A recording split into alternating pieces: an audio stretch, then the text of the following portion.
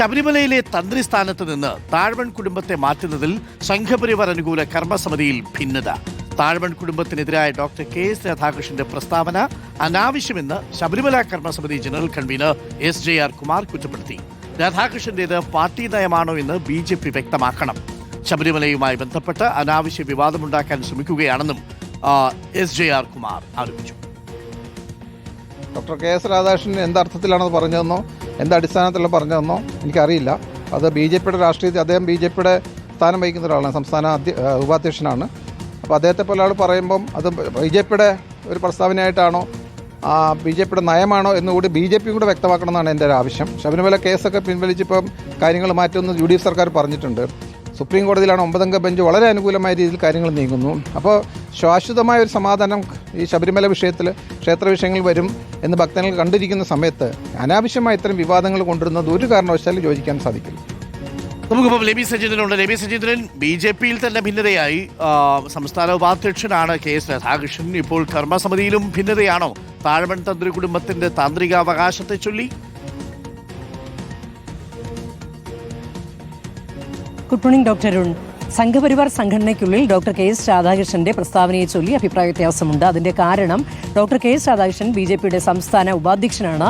അദ്ദേഹം ഒരു കാര്യം പറയുമ്പോൾ സ്വാഭാവികമായും അത് ബി.ജെ.പിക്കുള്ളിൽ മാത്രമല്ല സംഘപരിവാർ സംഘടനയ്ക്കുള്ളിലും അതിൻ്റെതായ പ്രതിഫലനങ്ങൾ ഉണ്ടാക്കും.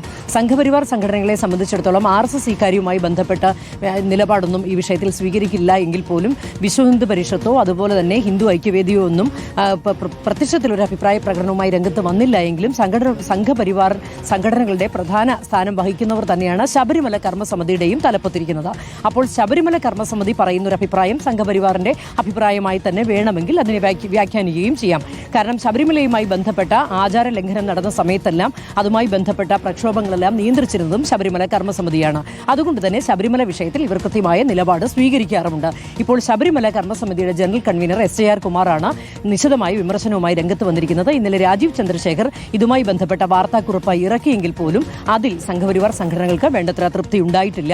കാര്യം ഇത്തരത്തിലൊരു സമയത്ത്, അതായത് ശബരിമലയുമായി ബന്ധപ്പെട്ട കേസുകളൊക്കെ പിൻവലിക്കുമെന്ന ഘട്ടം എത്തി നിൽക്കുന്നു. ശബരിമലയിൽ പ്രത്യേകിച്ച് ഇതുമായി ആചാര ലംഘനത്തിന്റെ പ്രശ്നങ്ങളൊന്നും ഇല്ലാതിരിക്കുന്നു.